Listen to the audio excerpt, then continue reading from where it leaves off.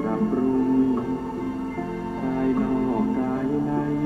แยกได้ปัญญาจะรุ่งมัคคยานเรืองรุ่งเข้าเขตโสดาบัน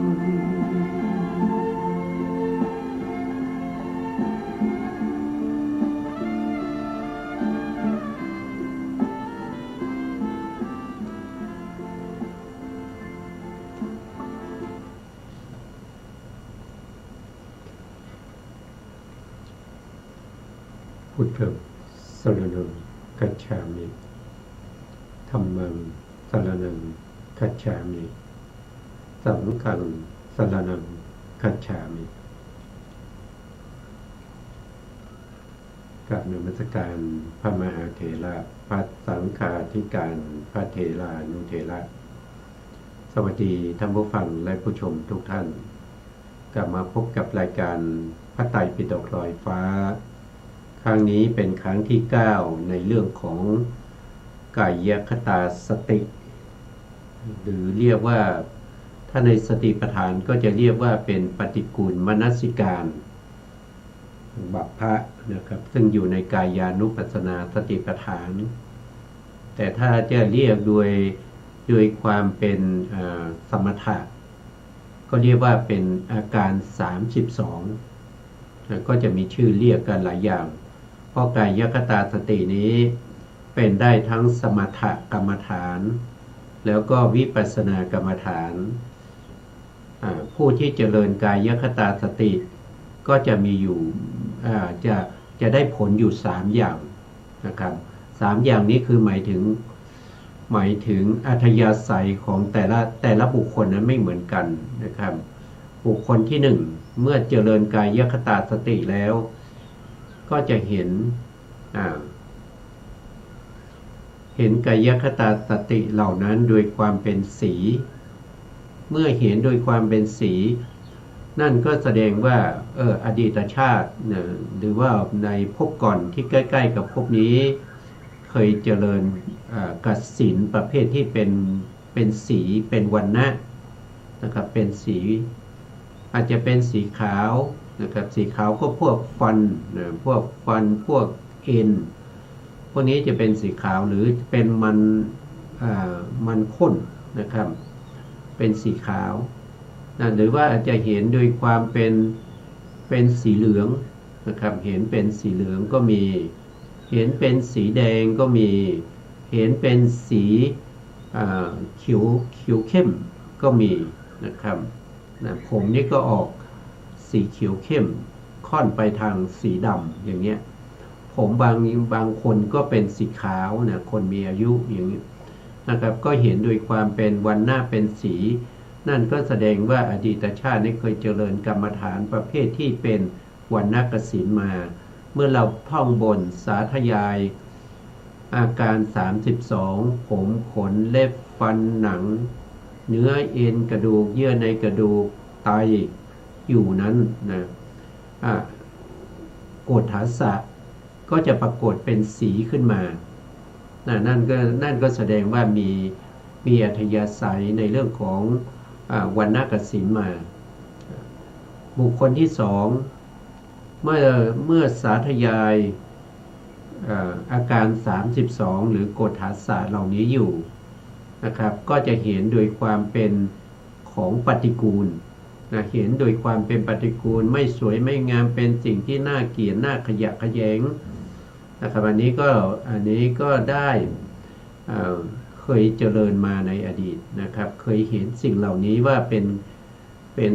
ของที่น่าเกลียดน่ากลัวนะอันนี้ก็ได้ปฐมฌานนะครับปฏิกูลได้ปฐมฌานถ้าเป็นวรรณกสิณเนี่ยสามารถได้ไปจนถึงจตุทัชฌานฌานที่4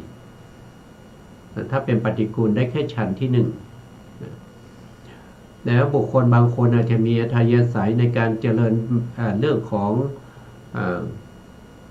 โกฏฐัสสะโดยความเป็นธาตุนะครับเมื่อเจริญผมขนเล็บฟันหนังกำลังท่องสาธยายบนอยู่เหล่านั้นนะครับก็เห็นโดยความเป็นธาตุเห็นเป็นธาตุยังไง ก็คือเห็นว่าผมนั้นมีลักษณะบ่งบอกถึงธาตุที่เป็นปฐวีก็คือมันมีลักษณะของความแข็งครับฟันมีลักษณะของความแข็งเป็นธาตุดินอย่างเงี้ยครับเลือดก็มีลักษณะของความเป็นอาโปมีการไหลอาบอะไรพวกนี้บุคคลนี้ก็เป็นบุคคลที่มีอัธยาศัยในเรื่องของการเจริญธาตุมนสิการมาก่อนในอดีตชาติครับเพราะฉะนั้นเวลามาเจริญในเรื่องของ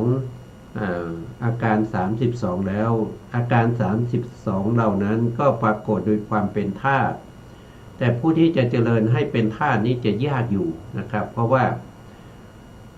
มันเป็นเขาเป็นลักษณะเขาไม่ได้เห็นด้วยตาสีเห็นด้วยตาใช่ไหมครับความเป็นปฏิกูลก็รู้สึกเห็นด้วยตาเห็นแล้วก็เกิดความรู้สึกเป็นปฏิกูลแต่คำว่าแข็งคำว่าอ่อนหรือคำว่าไหลคำว่าอาบความเหนืบเหนียวอะไรพวกนี้มันต้องรู้ทางใจนะมันเห็นไม่ได้มันต้องรู้ทางใจนะครับแต่ที่เห็นไหลนั่นคือเห็นอะไรไหลก็คือเห็นธาตุทั้งสี่นั่นแหละนะครับที่มีอาโปธาตุมากจึงทำให้ปฐวีเตโชแล้วก็วายโยเนี่ยเกิดการไหลไปพร้อมกับธาตุน้ำนั่นเองอันนี้สามารถที่จะเจริญเป็นตามอัธยาศัยนะครับผลที่จะปรากฏตามอัธยาศัยตามอุปนิสัยนะครับที่เคยสะสมมาซึ่งเราก็ศึกษาในส่วนที่ครั้งที่แล้วเนี่ยเราศึกษาในวิสุทธิมรรคนะครับแต่ในวิสุทธิมรรคนี้ก็จะศึกษาแล้วรู้สึกว่าสำนวนที่ท่านแปลมาเนี่ยจะเข้าใจยากนะครับเข้าใจยากนะครับเข้าใจยากอยู่นะครับวันนี้เราก็จะมาศึกษาในที่มันจะเข้าใจได้ง่ายขึ้นนะครับในหลักสูตรในหนังสือหลักสูตรของอภิธรรมโชติกะวิไลนะครับของผู้ที่เข้าศึกษาในเรื่องของพระอภิธรรมในปริเฉดที่9นะครับปรมัตถโชติกะปริเฉดที่9เล่มที่1สมถกรรมฐานทีปณีนะครับเราไปดูรายละเอียดกันนะครับนะจะง่ายกว่าสำนวนที่ท่านแปลในวิสุทธิมรรคนะครับท่านบอกว่าการที่เราจะเจริญอาการ32เนี่ยไม่ใช่ว่าจะท่องบนไปตั้งแต่เกสาลงมานับขาทันตาเป็นต้นไปจนถึงสุดท้ายก็คืออะไรก็คือมุตตังนะครับมีมุตตังเป็นที่สุดนั่นก็คือมีปัสสาวะเป็นที่สุดไม่ได้ท่องบนอย่างนั้นนะครับไม่ได้ท่องบนอย่างนั้นการที่จะท่องบนได้จะต้องแบ่งเป็นหมวดนะครับแบ่งเป็นหมวดที่1นะครับเขาจะเรียกว่าเป็นก็ธาตุดิน20นั้นมาแบ่งเป็นหมวดก่อนนะครับแบ่งเป็นหมวดก็จะได้อยู่4หมวดด้วยกันนะหมวดที่1ท่านจะเรียกว่าเป็นตัจจะปัญจกะนะครับก็จะมีกฎฐานศาสตร์อยู่5ก็คือเกสาคือผมทั้งหลายนะคือผมนะเกสาเนี่ยคือผมนะครับเวลาที่เราสาธยายหรือที่ท่องบทนั้นนะครับถ้าเราสาธยายด้วยภาษาบาลีแล้วเกิดกฎฐานศาสตร์หรืออาการกรรมฐานท่านก็ปรากฏยากนะครับเพราะว่ามันไม่ใช่ภาษาที่เราคุ้นเคยนะเพราะฉะนั้นเราก็ต้องใช้ภาษาที่เราคุ้นเคยนะครับเกสาก็คือผมนะครับเวลาเราสาธยายเราภาษาของเราก็ได้นะครับก็คือผมขนเล็บฟันหนังอย่างเงี้ยนะเพราะว่าบาลีก็ว่าเกสาก็คือผมนะลงมาก็คือขนนักขาก็คือเล็บทันตาก็คือฟันตัดโจก็คือหนัง อันนี้ก็มีตัดโจเป็นที่5ก็เรียกว่าเป็นตัดจะปัญจกะตัดโจคือหนังนะครับเวลาสาธยายก็จะมี2อย่างนะครับก็เป็นอนุโลมกับปฏิโลมถ้าเป็นอนุโลมก็เรียงไปตามลำดับถ้าเป็นปฏิโลมก็ย้อนกลับเช่นปฏิโลมนะครับก็คือตัดโจคือหนังทันตาคือฟันนักขาคือเล็บโลมาคือขนเกษาคือผมนะครับผู้เป็นพระภิกษุก็คงจะได้สาธยายนะครับตั้งแต่บวชแล้วนะตั้งแต่บวชแล้วนะครับเพราะว่าอุปชฌาย์ท่านจะอบรมในเรื่องของโกฏฐัสสะนะครับโกฏฐัสสะหรือกายคตาสตินี้ให้ตั้งแต่วันที่บวชนะครับต่อมาในหมวดที่2นะในหมวดที่2ก็จะเป็นเขาเรียกว่าเป็นวัคกะปัญจกะนะวัคกะปัญจกะก็แบ่งออกเป็น5เหมือนกันนะครับ1ก็คือมังสังคือเนื้อนะนักหาลุคือเอ็นอัฐิคือกระดูกอัฐิมินชังคือเยื่อในกระดูกวักกังคือไตนะครับบางท่านอาจจะบางคัมภีร์อาจจะเรียกว่าม้ามนะมันบางคัมภีร์ก็เรียกว่าไตนะครับไตกับม้ามเนี่ยไม่เหมือนกันนะไตก็คือเป็นส่วนที่กองเกี่ยวกับเรื่องของเสียเช่นปัสสาวะเนี่ยนะครับปัสสาวะก็คือไตที่กองปัสสาวะนะครับแต่ถ้าเป็นม้ามเนี่ยมันก็คล้ายๆกับพวกที่เป็นตับนะแต่มันไม่ได้เหมือนกับไม่เหมือนกับตับนะเป็นม้ามนะเป็นม้ามอยู่ในภายในนะครับอยู่ในภายในถ้าย้อนกลับก็จะเป็นวัคกะก็คือไตอัฐิมินชังก็คือกระดูกอัฐิก็คือกระดูกหน้าหาลุก็คือเอ็นมังสังก็คือเนื้ออันนี้เป็นหมวดที่2เรียกว่าวัคกะปัญจกะมีไตเป็นที่5นะต่อไปในหมวดที่3นะปภาสะปัญจกะปภาสะปัญจกะก็มี5เหมือนกันนะครับก็จะมีเริ่มตั้งแต่หัตถยะก็คือหัวใจยกนังคือตับนะกิโลมักกังคือพังผืดปีหากังก็คือม้ามก็คือม้ามนะจะวักกังนี่เป็นไตนะปีหากังก็เป็นม้ามนะแล้วก็ปภาสังก็คือปอดเวลาย้อนกลับก็ปภาสังก็คือปอดปีหากังก็คือม้ามกิโลมักกังคือพังผืดยกนังคือตับหัตถยังคือหัวใจนะครับต่อไปในหมวดที่4นะซึ่งเป็นหมวดสุดท้ายในเรื่องของธาตุดินธาตุดินเขาเรียกว่าเป็นมัทธลุงคะปัญจกะก็จะมีอยู่5นะครับก็จะมีอันตังนะอันตังก็คือไส้ใหญ่อันตะคุนังก็คือไส้น้อยอุทนิยังอาหารใหม่กะลิสังอาหารเก่าหรือต่อไปก็มัทธลุงคังมัทธลุงคังเป็นมันสมองนะแต่ในพุทธพจน์นี้ท่านพระพุทธองค์ไม่ได้แสดงมัทธลุงคังไว้นะพระพุทธองค์แสดงมัทธลุงคังเนี่ยให้รวมอยู่ในอัฐิมินชังมัทธลุงคังคือเยื่อสมองหรือสมองนะครับก็รวมอยู่ในอัฐิมินชังแต่พระอัฏฐกถาจารย์ในการทำสังคายนาครั้งที่1นะครับพระที่เขาทำสังคายนาครั้งที่1ก็ตั้งแต่หลังจากที่พระพุทธองค์ปรินิพพานไปแล้ว3 เดือนนะครับมีท่านพระมหากัสสปะเป็นประธานนะครับแล้วก็มีพระภิกษุที่เป็นปฏิสัมภิทานะปฏิสัมภิทาวิโมกข์8นะปฏิสัมภิทา4วิโมกข์8อภิญญา6มาร่วมกันทำสังคายนาในครั้งนั้น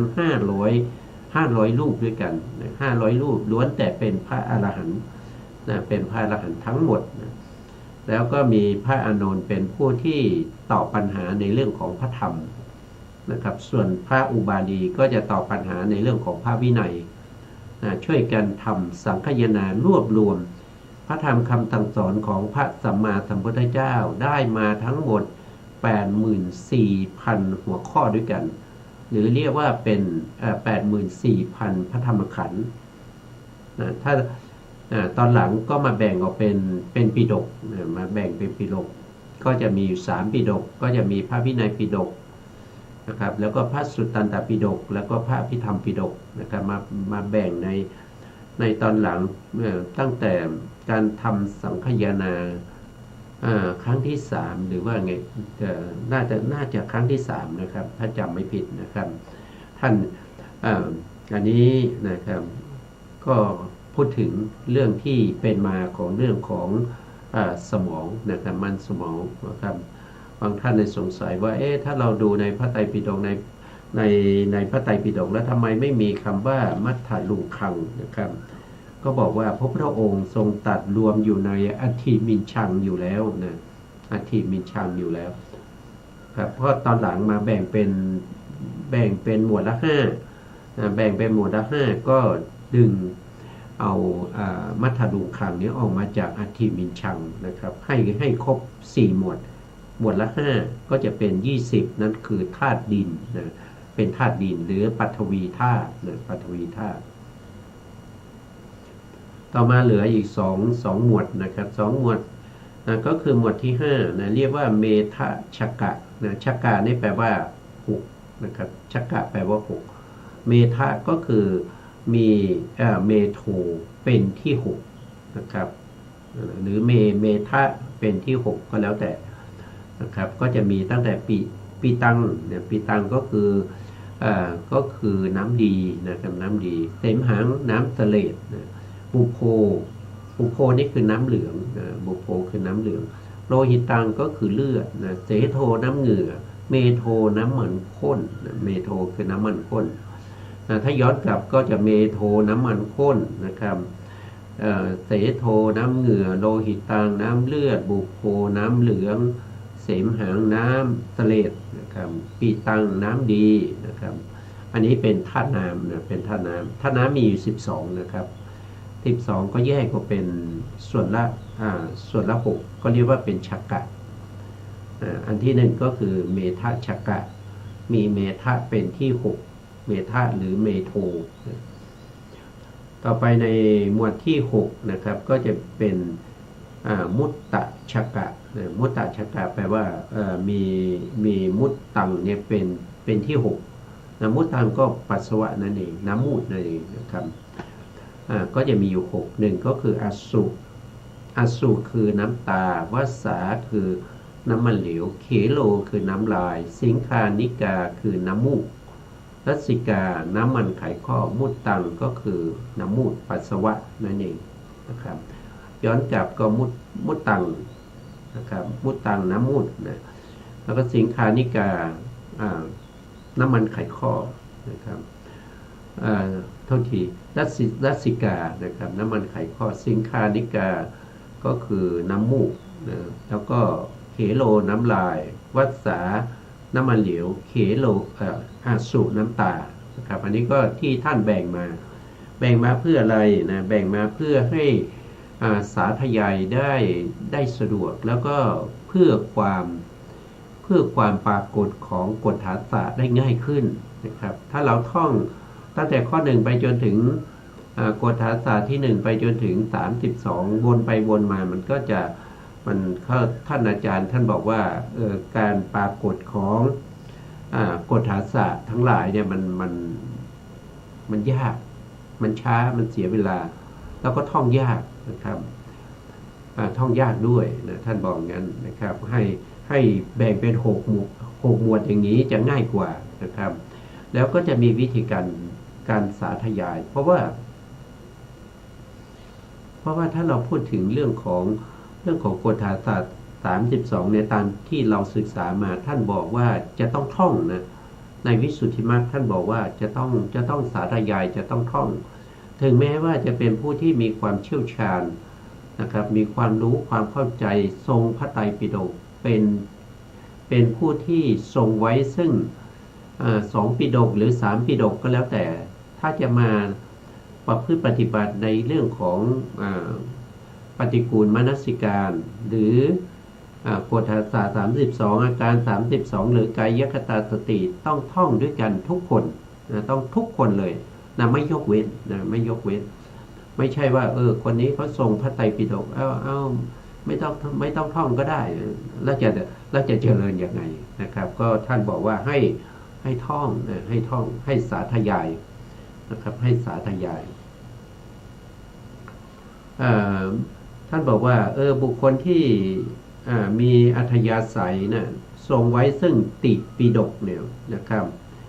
ติปิฎกธรบุคคลก็คือบุคคลที่ทรงไว้ซึ่งพระไตรปิฎกเป็นผู้เชี่ยวชาญเป็นผู้ท่องจำพระไตรปิฎกได้นะครับไม่ต้องดูหนังสือนะครับสามารถสาธยายพระไตรปิฎกนะครับตั้งแต่ปิฎกที่1ไปจนถึงปิฎกสุดท้ายคือมหาประธานได้อย่างถูกต้องนะครับก็ต้องท่องนะครับบางครั้งเนี่ยบุคคลที่ทรงไว้ซึ่งพระไตรปิฎกเวลามาสาธยายโกฏฐัสสะเนี่ยบางทีอาจจะสาธยายนิดๆหน่อยๆก็กรรมฐานก็ปรากฏแล้วกรรมฐานก็จะปรากฏบางคนก็ต้องสาธยายไปหลายเดือนนะครับกว่าจะปรากฏหรือบางคนก็สาธยายเป็นปีนะครับก็ขึ้นอยู่แต่ในที่นี้ท่านให้สาธยายโดยมีการกำหนดวันไว้นะกำหนดวันไว้นะ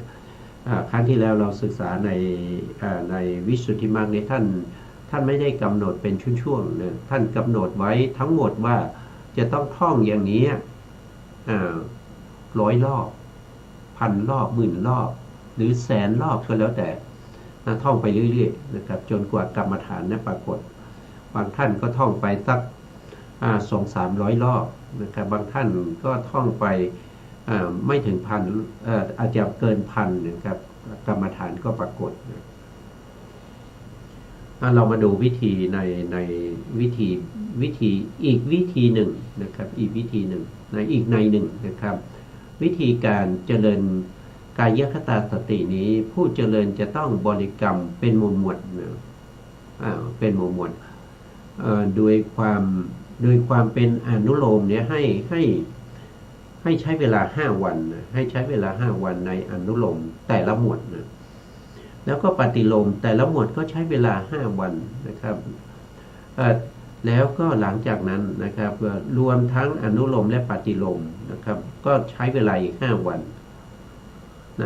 ในหมวดในแต่ละหมวดนี้ต้องใช้เวลา15 วันนะแล้วก็จะมีหมวดที่คะกันนะระหว่างแต่ละหมวดอีกนะครับรวมแล้วก็จะมีอยู่รวมแล้วก็จะได้5 เดือนกับ15 วันนะต้องใช้เวลาอย่างน้อยนะอย่างน้อย5 เดือนกับ15 วันนะครับวิธีการสาธยายท่านก็แสดงไว้ตรงนี้นะครับในหมวดที่1นะในหมวดที่1นะครับก็มีเกษาวิธีสาธยายนะเวลาสาธยายก็ต้องมีเสียงนะครับเสียงนี้ก็ไม่ต้องตะโกนไม่ต้องทำให้เสียงดังมากนะครับให้เราได้ยินให้ตัวเราเนี่ยเราสาธยายแล้วก็ตัวเราเนี่ยได้ยินนะให้หูได้ยินเสียงนั้นด้วยนะครับไม่ใช่สาธยายในใจแล้วก็ไม่ใช่สาธยายแบบมีเสียงดังนะครับสาธยายให้พอประมาณให้ตัวเองได้ยินนะครับในหมวดที่1นะครับในหมวดที่1วิธีการสาธยายท่านก็จะสาธยายนะครับเป็นภาษาบาลีถ้าเราไม่ถนัดบาลีเราก็ใช้ภาษาไทยนะครับเกษาเราตอนนี้เราจะพูดเป็น2 ภาษาไปก่อนนะครับเพื่อให้ท่านที่ต้องการสาธยายเป็นภาษาไทยก็สามารถที่จะจำได้ว่าเกษาคือผมอย่างเงี้ยนะครับในหมวดที่1นะครับเกษาผมนะลงมาขนนักขาเล็บทันตาฟันตาโจหนังอันนี้คืออนุโลมใช้เวลาสาธยายอยู่อย่างเนี้ย5 วันนะแต่เวลาสาธยายไม่ต้องสาธยายทั้งบาลีแล้วก็ภาษาไทยติดกันนะอันนี้เพียงแต่สาธยายให้ผู้ที่เขาไม่ถนัดในเรื่องของภาษาบาลีนะครับเวลาสาธยายเราก็สาธยายอย่างนี้นะครับ เกสาลมมานักขาทันตาตะโจเกสาลมมานักขาทันตาตะโจเกสาลมมานักขาทันตาตะโจเกสาลมมานักขาทันตาตะโจก็สาธยายอย่างนี้นะครับติดต่อกัน5 วันนะแล้วก็การสาธยายแต่ละครั้งเนี่ยท่านไม่ได้บอกนะท่านไม่ได้บอกว่าต้องสาธยายติดต่อกัน1 ชั่วโมง2 ชั่วโมงหรือว่าวันละ1 ชั่วโมงครั้งละ1 ชั่วโมงวันละ5 ครั้ง10 ครั้งท่านไม่ได้บอกท่านไม่ได้กำหนดไว้นะครับแต่เราก็ต้องรู้เองว่าเราควรจะสาธยายนานเท่าไหร่นะครับหรือว่าเราจะสาธยายหลังอาหารหลังอาหารเช้ากลางวันเย็นนะครับหรือว่าจะสาธยายทั้งตอนเช้านะครับทำวัดเช้าทำวัดเย็นถ้าจะให้ดีนะถ้าจะให้ดีก็ต้องสาธยายอย่างนี้เป็นอย่างน้อยต้องเป็นชั่วโมงนะอย่างน้อยต้อง1 ชั่วโมงนะครับหลังทำวัดเช้าเนี่ยก็สาธยายเกสาลมมานักขาทันตาตะโจเกสาลมมานักขาทันตาตะโจเกสาลมมานักขาทันตาตะโจประมาณ1 ชั่วโมงนะหรือว่าผู้ที่เป็นไม่ถนัดบาลีนะครับก็เป็นผมขนเล็บฟันหนังผมขนเล็บฟันหนังผมขนเล็บฟันหนังผมขนเล็บฟันหนังอย่างนี้ไปนะครับอาจจะ1 ชั่วโมงนะครับหลังจากทำวัดเช้าแล้วนะทำวัดเช้าแล้วนะครับหรือว่าทำคือผู้ที่เขาต้องการความเจริญในเรื่องของกรรมฐานเนี่ยเขาไม่ได้ทำเฉพาะวัดเช้ากับวัดเย็นนะครับเขาก็จะทำอย่างนี้นะครับท่องไป1 ชั่วโมงนะครับแล้วก็ไปทำกิจเข้าห้องน้ำหรือว่าอะไรก็กลับมาทำอีกนะครับเหมือนกับเรานั่งสมาธินะครับเหมือนกับเรานั่งสมาธิก็คืออาจารย์ท่านให้นั่ง1 ชั่วโมงใช่ไหมครับเดินจงกรม1 ชั่วโมงอย่างเงี้ยสลับกันไปเรื่อยๆนะสลับกันไปเรื่อยๆเราก็จะสาธยายอย่างเงี้ยไปเรื่อยๆนะครับไปเรื่อยๆครบ1 ชั่วโมงนะครับแล้วก็อาจจะพักนะครับดื่มน้ำเพราะคอแห้งนะครับคอแห้งนะครับดื่มน้ำเสร็จก็มาสาธยายต่อนะครับสาธยายอย่างเงี้ยไปอีก1 ชั่วโมงนะครับหรือไปเข้าห้องน้ำไปอะไรก็แล้วก็มาสาธยายอย่างนี้นะครับจนในที่สุดเนี่ยนะครับเราสาธยายจนคล่องแล้วนะครับจนคล่องแล้วเราก็สาธยายในขณะที่สาธยายนะต้องบอกว่าในขณะที่เรากำลังสาธยายนะจิตเราต้องน้อมไปนะจิตเราต้องน้อมไปที่ผมนะครับไม่ใช่น้อมไปในคำสาธยายนะไม่ใช่เฉพาะใจเกาะอยู่กับเสียงว่าเกสาลมมานักขาทันตาตะโจเกสาลมมานักขาทันตาตะโจต้องน้อมไปที่ผมนะเกสาก็น้อมไปที่ผมลมมาก็น้อมไปที่ขนนักขาก็น้อมไปที่เล็บทันตาก็น้อมไปที่ฟันตะโจก็น้อมไปที่หนังอย่างเงี้ยทั้งวาจานะครับวัจจสาแล้วก็ทางใจมนัสสาต้องไปด้วยกันนะต้องไปด้วยกันนะครับแต่ถ้าเราคล่องแล้วนะถ้าเราคล่องแล้วในการสาธยายนะครับเราสาธยายในใจเนี่ยเราก็ได้ยินเสียงใช่ไหมครับเราก็ได้ยินเสียงในใจของเราเพราะเราสาธยายนะครับเราสาธยายเราก็สาธยายในใจแล้วก็เราก็รู้เราก็รู้แล้วก็เราเห็นแต่ใหม่ๆต้องสาธยายให้มีเสียงก่อนให้ใจมันเกาะอยู่กับอาการ32ที่เราสาธยายนั้นแต่ต้องใช้เวลาต้องใช้เวลานะครับใช้เวลา5 วันในการสาธยายอนุโลมในหมวดที่1นะหลังจากนั้นนะครับเราคล่องดีแล้วนะครับเราคล่องดีแล้วเราสาธยายได้อย่างถูกต้องนะครับแล้วก็ ใจก็น้อมไปในในกฎฐาสะเหล่านั้นต่อไปเราก็สาธยายย้อนกลับไปนะครับย้อนกลับไปก็คือปฏิโลมก็จะเป็นตัดโจทันตานักขาลงมาเกษาตัดโจทันตานักขาลงมาเกษาตัดโจทันตานักขาลงมาเกษาตัดโจทันตานักขาลงมาเกษาอย่างนี้อีก5 วันนะทำทุกวันนะครับทำทุกวันนะเพราะเราต้องการปรากฏของกรรมฐานนะครับกรรมฐานไม่ว่าจะเป็นสีสันวรรณะของกฎฐาสะอย่างใดอย่างหนึ่งหรือว่าจะเป็นกฎฐาสะที่เป็นปฏิกูลหรือจะเห็นกฎฐาสะเหล่านั้นโดยความเป็นธาตุอันนั้นขึ้นอยู่กับบารมีนะไม่ใช่ว่าทุกคนจะเหมือนกันนะครับไม่ใช่ทุกคนจะเหมือนกันนะ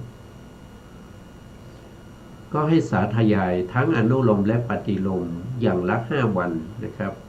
หลังจากนั้นครบ10 วันแล้วนะต่อไปวันที่11เนี่ยท่านก็ให้เราสาธยายทั้งอนุโลมแล้วก็ปฏิโลมไปพร้อมกันนะไปพร้อมกันนะก็จะเป็นนะครับเกษาลมมานักขาทันตาตัดโจแล้วก็ตัดโจทันตานักขา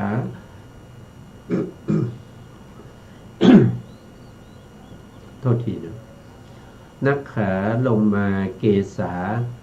นะครับแล้วก็เกษาลมมานักขาทันตาตัดโจแล้วก็ตัดโจ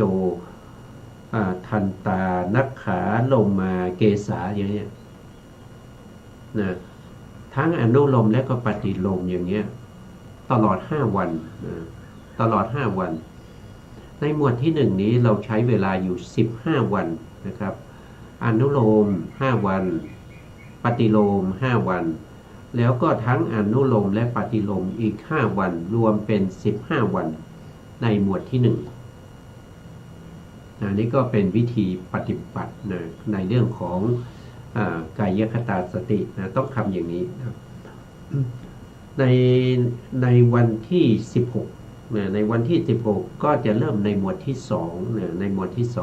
2ในหมวดที่2ก็เช่นเดียวกันนะครับในทำสาธยายโดยอนุโลม5 วันแล้วก็ปฏิโลม5 วันแล้วก็อนุโลมแล้วก็ปฏิโลมอีก5 วันรวมเป็น15 วันนะครับ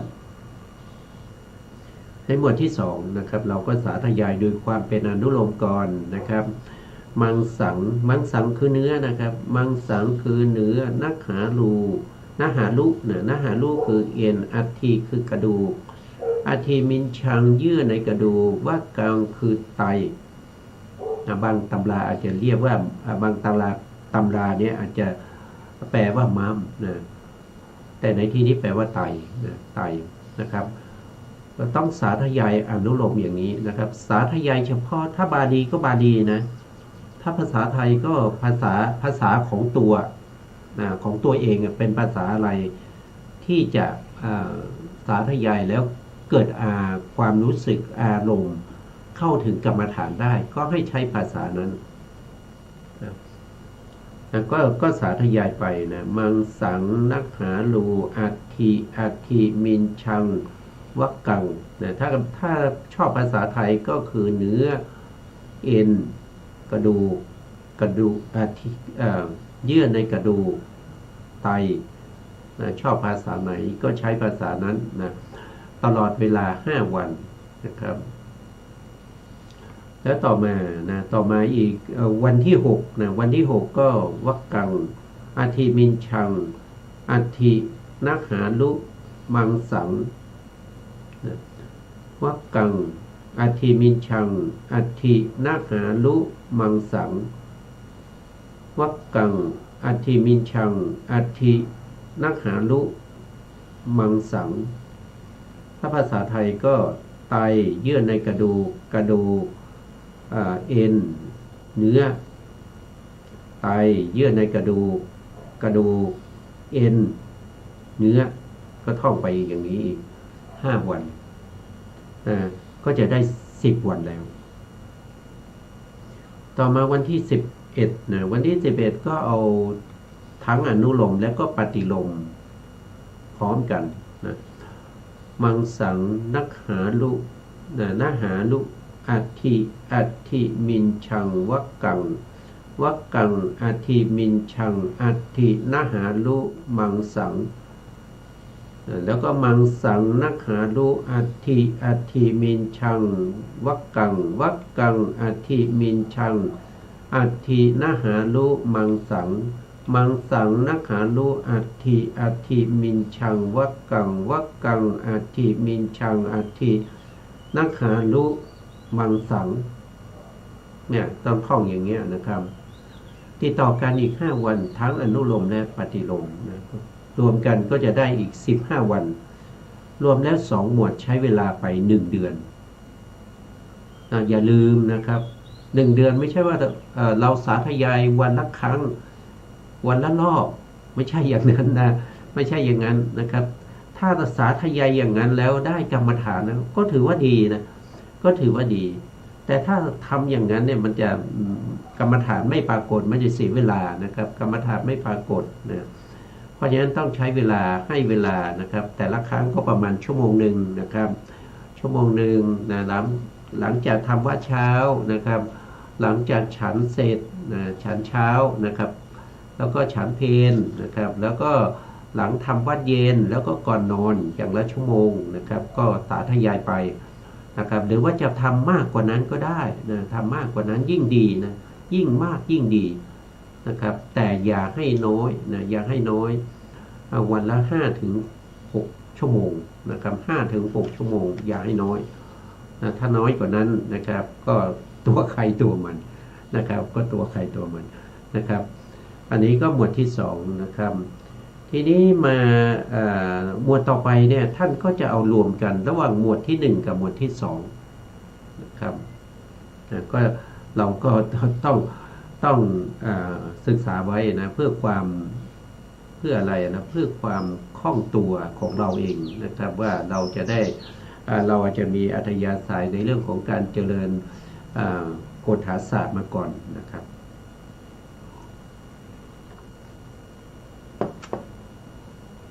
ถ้าเราพูดถึงกรรมฐานนะครับถ้าเราพูดถึงกรรมฐานเนี่ยโกฏฐาศาสตร์นี่มันก็สะดวกเหมือนกันนะครับไม่เหมือนกับกสิณนะกสิณเราต้องทำองค์กสิณขึ้นมาใช่ไหมครับเราต้องไปหาดินสีอรุณนะครับสีออกแดงๆแล้วก็มาปั้นกลมๆนะครับรัศมีเท่ากัน1 คืบกับ4 นิ้วนะครับแล้วก็ทำขอบให้เข้มๆหน่อยแล้วก็มาตั้งไว้เฉพาะหน้าแล้วก็เพ่งนะครับอันนั้นยุ่งยากนะถ้าเป็นโกฏฐาศาสตร์เราไม่ต้องมีอุปกรณ์อะไรเลยนะครับเพียงแต่เราขยันในการสาธยายนะเหมือนเช่นเดียวกันกับอานาปานสตินะอานาปานสติก็ไม่ต้องมีอะไรนะครับก็กำหนดรู้เฉพาะลมหายใจนะครับก็จะเป็นกรรมฐานที่สะดวกสบายอยู่นะครับสะดวกสบายอยู่นะบางท่านอาจจะเป็นบุคคลที่มีราคะจริตอย่างนี้นะแล้วไปเจริญเรื่องของอานาปานสติเนี่ยมันอาจจะทำให้กรรมฐานปรากฏยากนะครับเพราะว่าอานาปานสติเป็นอารมณ์ของประเภทที่เป็นโมหจริตหรือวิตกจริตนะครับแล้วก็เป็นของมหาบุรุษนะครับเป็นผู้ที่มีสติที่มั่นคงนะครับนะต้องจะเดินในเรื่องของอานาปานสตินะแต่ถ้าเราคนส่วนมากนะครับส่วนมากเนี่ยเราจะเป็นบุคคลที่มีจริตค่อนข้างไปในเรื่องของราคะจริตนะครับชอบในเรื่องของความสวยความงามนะครับเพราะฉะนั้นการที่เราจะเจริญกรรมฐานให้เจริญให้มากแล้วก็ทำให้ได้กรรมฐานได้รวดเร็วขึ้นสำหรับคนที่เป็นราคะจริตชอบสวยชอบงามทั้งหลายเนี่ยกรรมฐานที่เหมาะสมนั่นก็คือกายคตาสตินะครับแล้วก็ในส่วนที่เป็นอสุภะอีกอสุภะในสมถะมีอยู่10นะถ้าเป็นในสติปัฏฐานนะท่านก็จะมีอยู่9นะครับ ในกรรมในสมถกรรมฐานเขาจะเรียกว่าเป็นเป็นอสุภาษิตหรือป่าช้านะเป็นป่าช้าคนตายนั่นเองนะครับเป็นอารมณ์มีคนตายเป็นอารมณ์ถ้าในส่วนที่เป็นสติปัฏฐานเนี่ยท่านจะเรียกว่าเป็นประเภทที่เป็นนวสีวัฏฐิกะปะพะนะครับก็คือซากศพมีแค่9นะมีอยู่แค่9อย่าง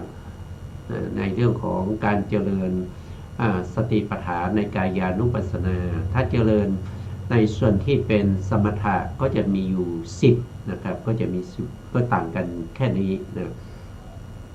ส่วนรายละเอียดเนี่ยเราก็จะได้ศึกษากันต่อไปว่า1คืออะไร2คืออะไรนะครับในถ้าเราจบในเรื่องของกายคตาสติเนี่ยก็จะมีเรื่องของนวสีวทิกะปะพะนะก็จะมาต่อนะก็จะมาต่อในเรื่องนี้นะครับเมื่อในหมวดที่2เนี่ยในหมวดที่2เนี่ยก็จะรวมกันนะครับก็จะรวมกันทั้งหมวดที่1แล้วก็หมวดที่2นะครับในการเจริญในส่วนที่เป็นหมวดที่2รวมกันนะก็คือหมวด1กับหมวด2รวมกันนะวิธีการก็เหมือนเดิมนะครับแต่จะมีความละเอียดมากกว่านะครับ1ก็คือท่านจะเจริญในกฎในหมวดที่1โดยอนุโลมนะครับเนี่ยตรงนี้นะครับเราก็มาดูนะครับเกสาโลมานักขาทันตาตะโจอันนี้เป็นอะไรเป็นปฏิโลมหรืออนุโลมเป็นอนุโลมนะเป็นอนุโลมของตะโจปัญจกะนะเป็นอนุโลมก่อนพอได้อนุโลมแล้วนะครับก็ต่อด้วยอนุโลมในหมวดที่2นั่นก็คือวัคกะปัญจกะนะครับก็จะเป็นมังสังนักหาลุอัตถิมินชังวักกังนะอันนี้เป็นอนุโลมนะครับทั้งหมวดที่1แล้วก็หมวดที่2เป็นอนุโลมต้องสาธยายอย่างนี้5วันต้องทำ5วันด้วยกันนะครับแล้วต่อมาเมื่อครบ5วันแล้ววันที่6เนี่ยท่านก็จะย้อนกลับนะเป็นปฏิโลมนะครับเป็นปฏิโลมก็จะมีวักกังอัตถิมินชังอัตถินะหาลุมังสังแล้วก็ต่อด้วยหมวดที่1นะครับก็จะเป็นตัจโจทันตานักขาลมมาเกษาต่อไปอีก5วันนะครับสำหรับผู้ที่ชอบในภาษาไทยก็จะเป็นวักกังนี่ก็คือไตนะไตเยื่อในกระดูกเอ็นเนื้อหนังฟันเล็บขนผมก็ท่องไปอย่างนี้อีก5วันนะเมื่อครบ5วันแล้วนะครับก็จะต่อไปอีกนะครับวันที่11เนี่ยนะครับก็จะเป็นอนุโลมก่อนนะครับในหมวดที่1เราก็มาดูท่านจะสาธยายนะครับนะเราต้องศึกษาไว้นะครับเพื่อที่เราจะได้สาธยายได้อย่างถูกต้องกรรมฐานเราก็จะปรากฏได้ง่ายขึ้นนะครับก็จะหลังวันที่ในการรวมทั้งหมวดที่1และหมวดที่2ในวันที่11นะก็จะเป็นเกสาโลมานักขาทันตาตะโจอันนี้หมวดต่อไปแล้วนะมังสังนักหาลุอัตถิมินชังวักกังต่อไปก็จะเป็นปฏิโลมย้อนกลับนะครับก็จะเป็นวักกังอัตถิมินชังอัตถินักหาลุมังสังต่อไปหมวดใหม่นะครับก็เป็นตะโจนะตะโจทันตานักขาลมมาเกษาทั้งอนุโลมแล้วก็ปฏิโลมนะทั้ง2หมวดรวมกันไปอีก5วันรวมกันแล้วก็ได้อีก15วันได้อีก15วันอันนี้ก็เดือนกว่าแล้วนะครับ45วันเข้าไปแล้วนะ45วันแล้วนะต่อไปนะ ถ้าถ้าได้45วันแล้วเนี่ยกรรมฐานปรากฏนะครับสมมติว่ากรรมฐานที่เป็นวันนาคศีลปรากฏเช่นเรากำหนดในเรื่องของฟันอย่างเงี้ยในเรื่องของทันตาหรือฟันเนี่ยเราก็เห็นสีขาวนี่ปรากฏชัดเจนนะเราน้อมใจไปเห็นฟันใช่ไหมปกติเราจะสาธยายทันตาเราก็น้อมใจไปที่ฟันใช่ไหมพอน้อมใจไปที่ฟันเนี่ยสีของฟันเนี่ยมาปรากฏชัดเจนเป็นสีขาวตัวนั้นแสดงว่าเราได้กรรมฐานเราเจริญแล้วนะเมื่อกรรมฐานเราเจริญเราก็ไม่ต้องท่องต่อแล้วนะครับเราก็เพ่งอยู่ที่ฟันสีขาวนั้นนั่นก็เป็นอุคหานิมิตปรากฏขึ้นในใจของเรานะครับก็เปลี่ยนวันหน้าจากปฏิกูลเหล่านี้ไปเป็นวันไปเป็นกสิณเป็นวันหน้ากสิณเป็นสีแล้วนะครับเมื่อเราเพ่งตัดโจที่เป็นสีขาวเป็นโอทัตตกสิณโดยมีตัดโจนะเป็นอะไรเป็นสมุฏฐานนะครับเป็นสมุฏฐานเราก็เพ่งไปเรื่อยๆนะครับเพ่งไปเรื่อยๆสักพักหนึ่งนะครับนิมิตนั้นมันก็จะเป็นอุคหานิมิตติดอยู่ที่ใจนะครับเราเพ่งอยู่ที่อุคหานิมิตที่ติดที่ใจไปไม่นานก็จะเปลี่ยนสภาพมาเป็นปฏิภาคนิมิตปฏิภาคนิมิตที่ปรากฏเนี่ยมันก็จะมีความใสขึ้นตรงที่มันเป็นสีขาวตอนแรกเนี่ยอุคหานิมิตที่เป็นสีขาวเนี่ยมันก็จะเป็นสีขาวอย่างฟันอย่างฟันของเราเนี่ยแต่เป็นนิมิตที่ติดอยู่ที่ใจแต่ถ้าเราเพ่งไปเรื่อยๆแล้วก็สาธยายไปทันตาหรือว่าโอทัตตะสีขาวใช่ไหมโอทัตตะขาวอุคหานิมิตนั้นก็จะเปลี่ยนสภาพเป็นปฏิภาคนิมิตนะเมื่อเปลี่ยน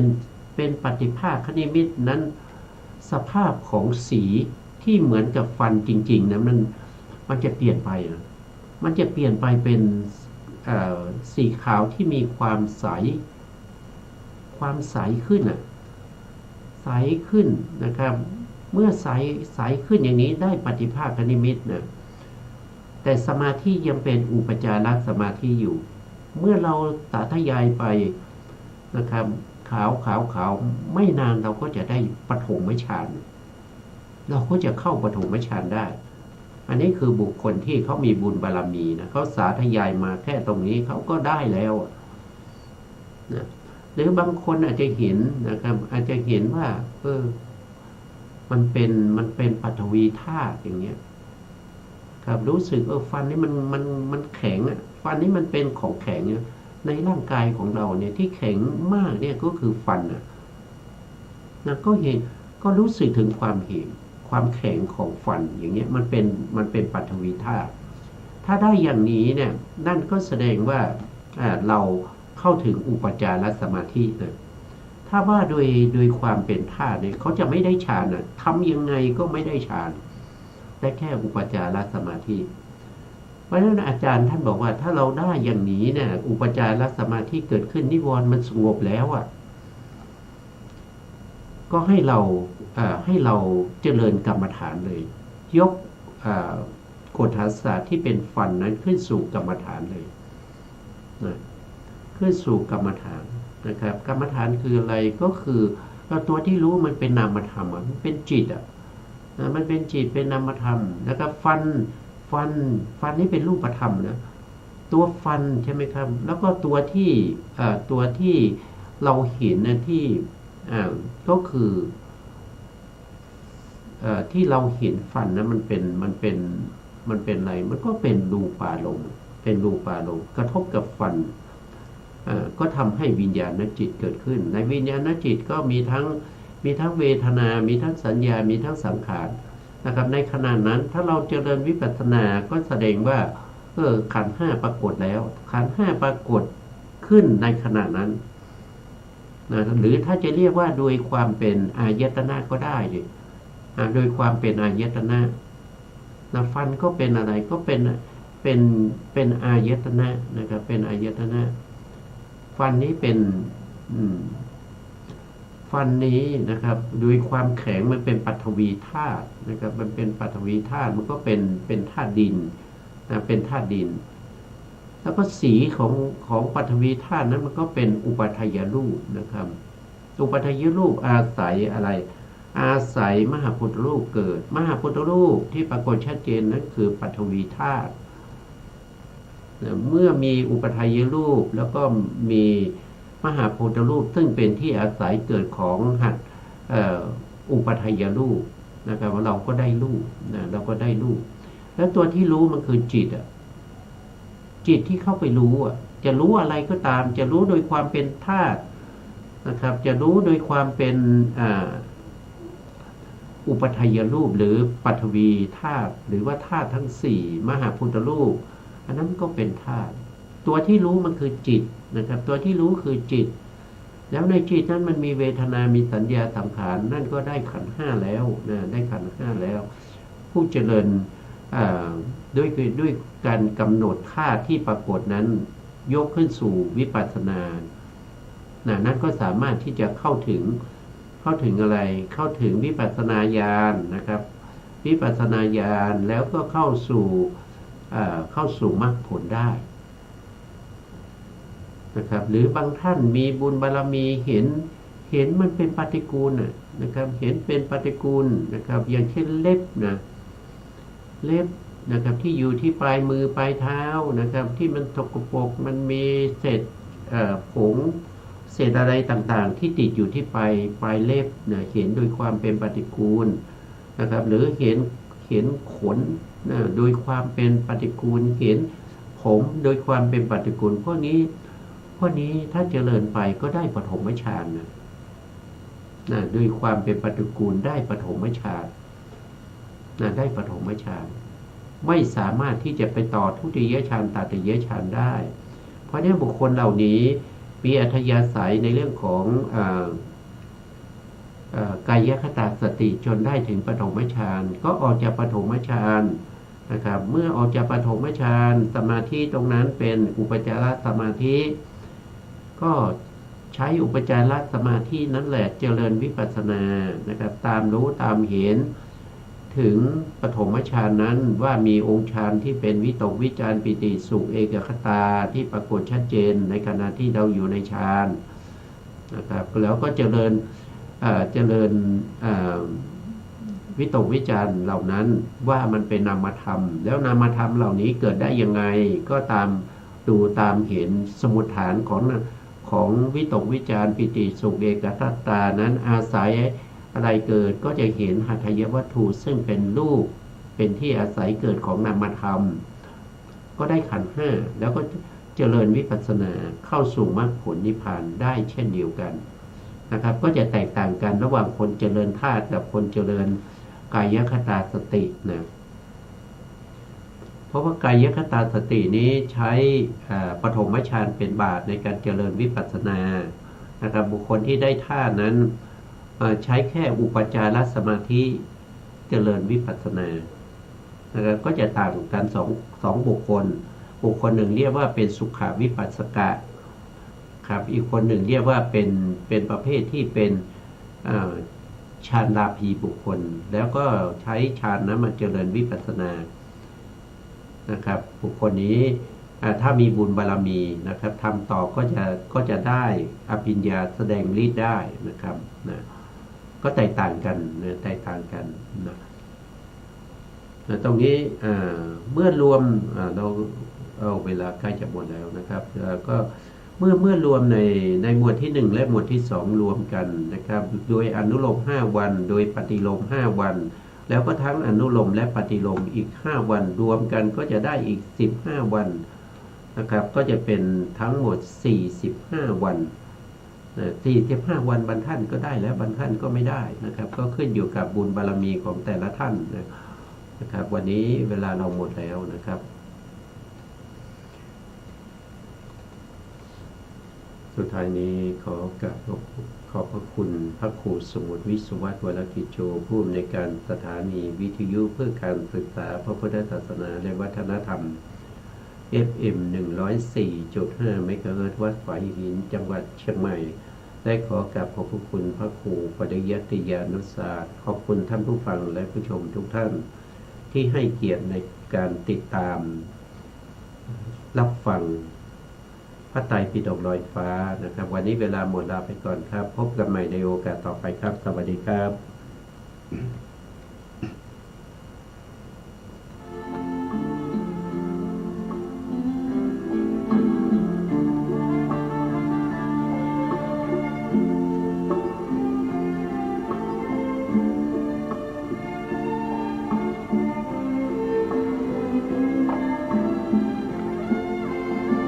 ขอตรัสญาณสิ่งที่พระองค์ทรงรู้